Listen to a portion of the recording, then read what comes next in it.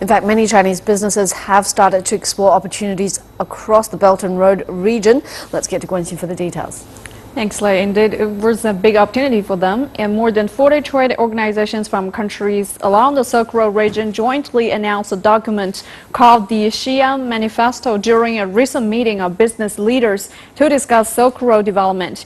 The Xi'an Manifesto said a new form of global governance could be a merger between governments, society, and businesses. And that's because realizing a strategy as large as the Belt and Road initiatives requires deep collaboration between the public, private, and non-profit sectors. And trade groups will discuss ways to cooperate on projects, products, technologies, and financing.